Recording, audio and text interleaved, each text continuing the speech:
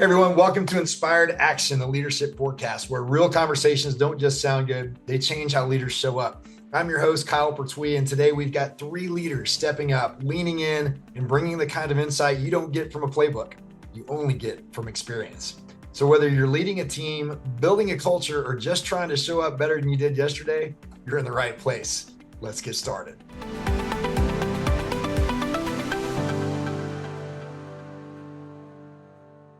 Hey everybody, welcome back to this week's episode of Inspired Action. I'm your host, Kyle Pertuis, and I'm here with three incredible guests today to answer this question. How do you build trust in moments when people are overwhelmed or uncertain? Much like our guests today, our work at MindFit Coaching supports high speed, always on, high pressure, time deprived industry like construction and finance and technology. And we understand that trust isn't built when everything's calm, right? It's I think truly revealed and maybe even strengthened when people are overwhelmed or uncertain, and they're looking or seeking for that steadiness. So how do leaders build trust in those moments that matter the most? Let's turn to our guests to find out. But first, a quick introduction. Let me start with Mandy Smith. After more than 2 decades serving corporate as a leadership training and communication expert, Mandy is now the founder of Mandy Smith Consulting, working with organizations to build and strengthen employee learning and engagement. She's recently launched the Spitfire Academy, equipping leaders and their teams with practical leadership and communication strategies. Secondly, we have Lindsay Kronemeyer, Vice President of Member Development for the Associated Builders and Contractors of Western Michigan, helping connect, protect, and grow and defend the industry. She's been instrumental in launching emerging leader programs and managed her own campaign run for Michigan State Representative back in 2022. Last but not least, we have Ray Slonina, founder and owner at Synex Consulting, where she's committed to revolutionizing organizational potential. I love that. Ray's a dynamic, client-centered coach, consultant, and corporate speaker committed to creative thinking and inspired change. Ladies, welcome to the show. And we're going to just dive right into this question. And Mandy, I believe you drew the short end of the stick. So I'll ask it for you one more time. Mm-hmm. How do you build trust in moments when people are overwhelmed or uncertain? I love the framing of this question. Because I think, when our teams are experiencing uncertainty and overwhelm and stress and all that comes with it, oftentimes the leaders are experiencing some of that too and miss that opportunity that these really provide to us to create that trust. Because as you mentioned, we can lay a foundation of trust beforehand, which hopefully we're doing, and building those relationships. But when things are a little chaotic and there's disruption, that's when I feel like they're really tested. My go-to answer on almost all leadership questions, it seems these days, is communication. I think creating the opportunity to really welcome questions, answer what you can.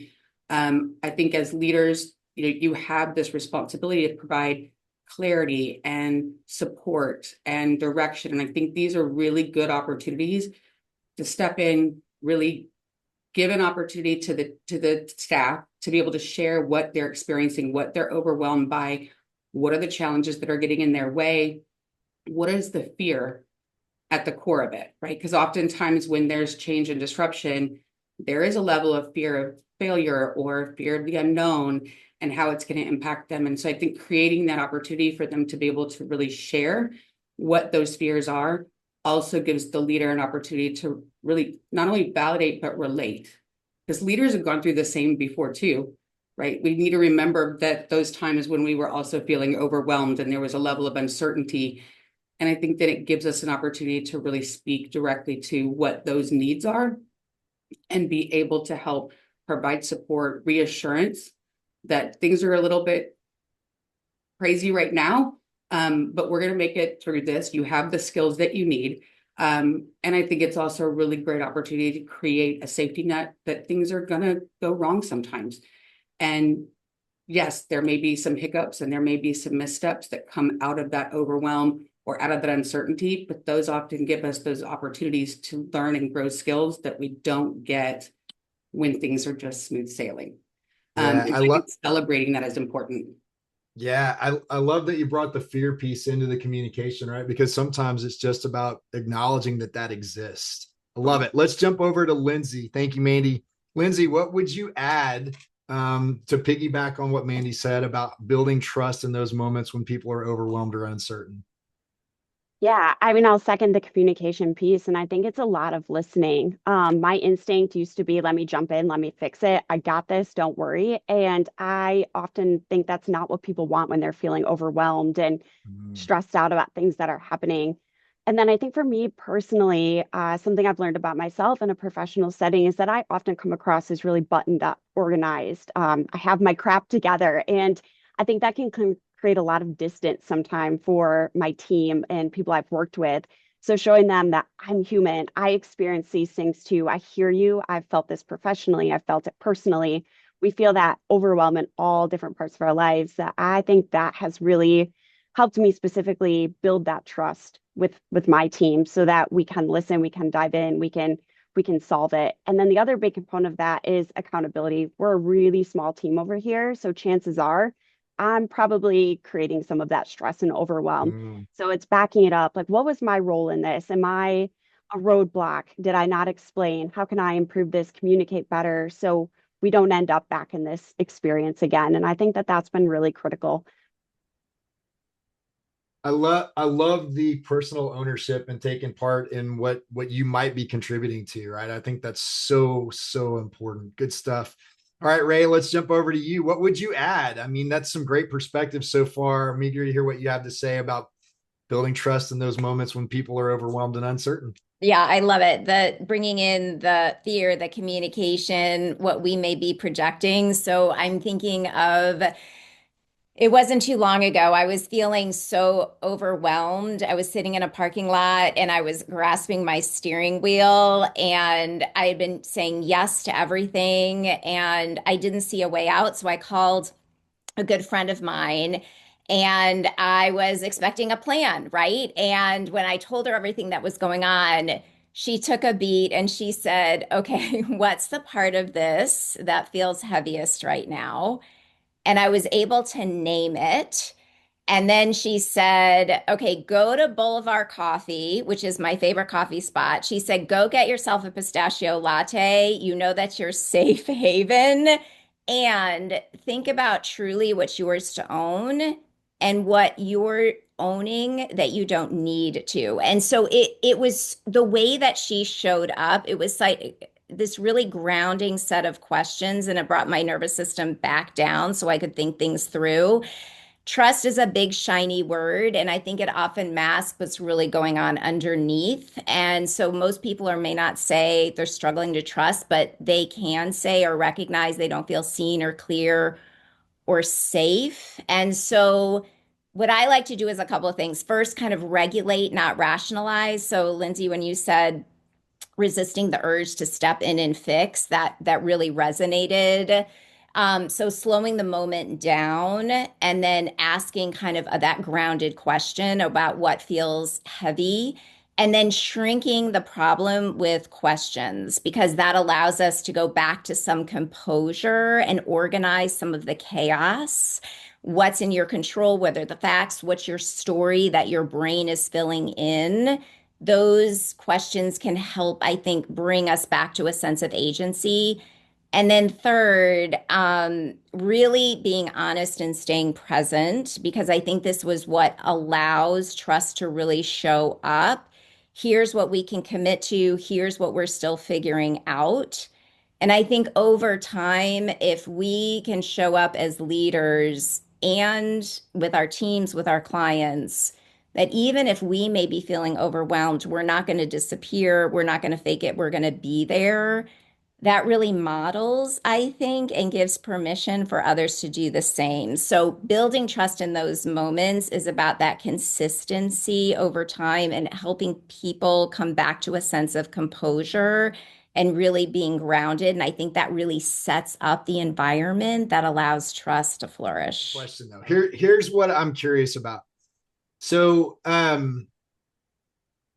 in our work, we try to offer 5 fairly straightforward behaviors, right, for leaders to think about or to elevate awareness around, especially when stress is high. And it starts with looking in the mirror, right, checking yourself.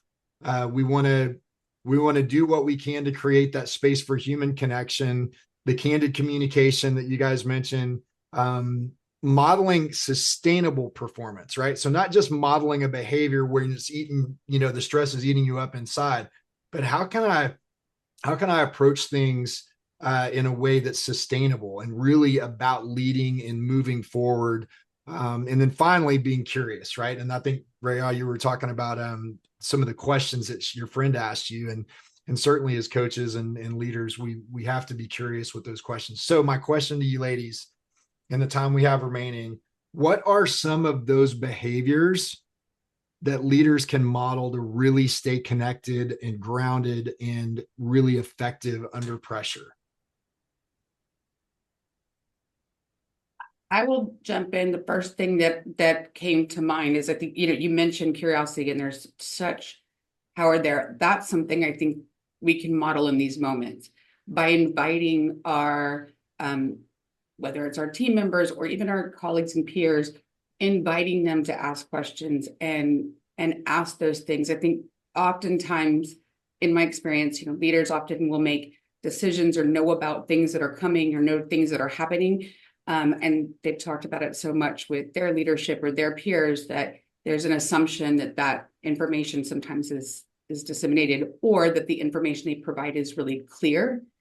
And often it's not. And that can lead to that feeling of unsettledness and fear. And so I think modeling for the team by asking questions and being curious about what they need and what they're experiencing, and then also welcoming them to ask questions of you as a leader about what you see success looking like, what you anticipate coming next, those sorts of things, that it can be on both sides, I think is really critical. And it's amazing how curiosity leads to clarity, right? I mean, in creating that environment. Mm-hmm. Lindsay or Ray, what would you add? What are your thoughts? I think I'd add maybe a little bit more of the tactical piece of it. I think breaking down just the workflow, especially with people that maybe work different or struggle with task management or something, especially when you start looking at these execution roles. I think I spend a lot of time with my team of, okay, what are bite-sized actionable items? What does that look like? How can we tackle it? How can we break down the problem?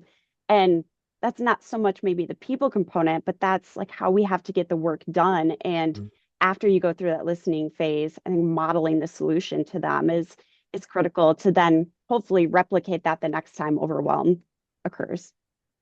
Yeah. And critical, I have a little inside addition, but that's where the input stop and the commitment starts, right? Mm-hmm. Yeah. Mm-hmm. I love it. I love it. Love it.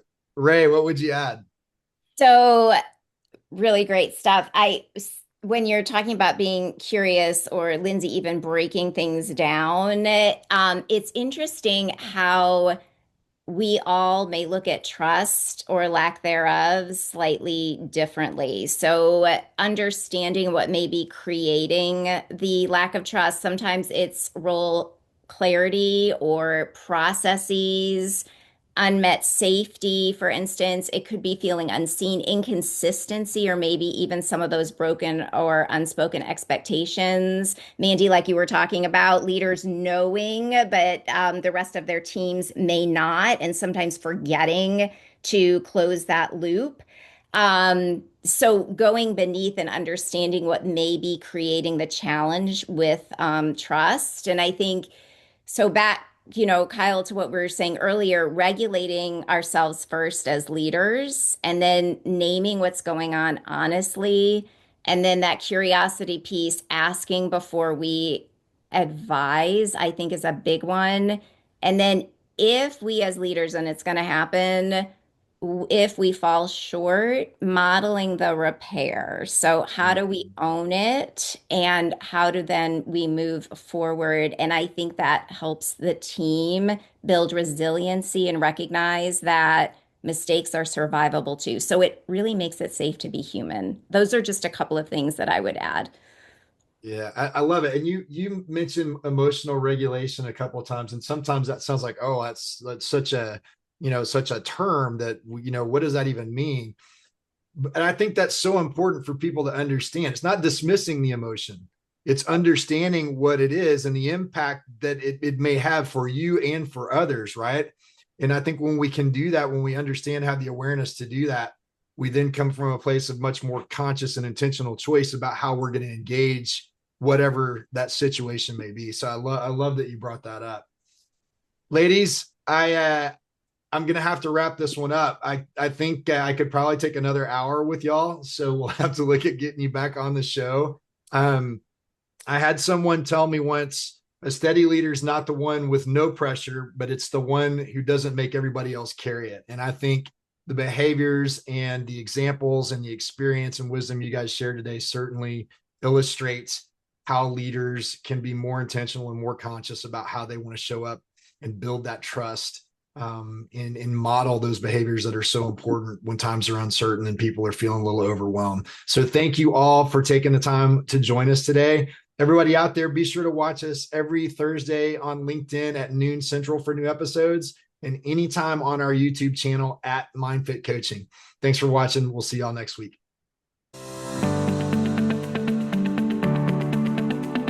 Well, that's a wrap on another episode of Inspired Action, the Leadership Forecast, where real leaders step up, get honest, and move the conversation forward. A big thanks to our guest today for bringing the kind of insight you can't fake, the kind that you earn through experience, pressure, and showing up when it counts most.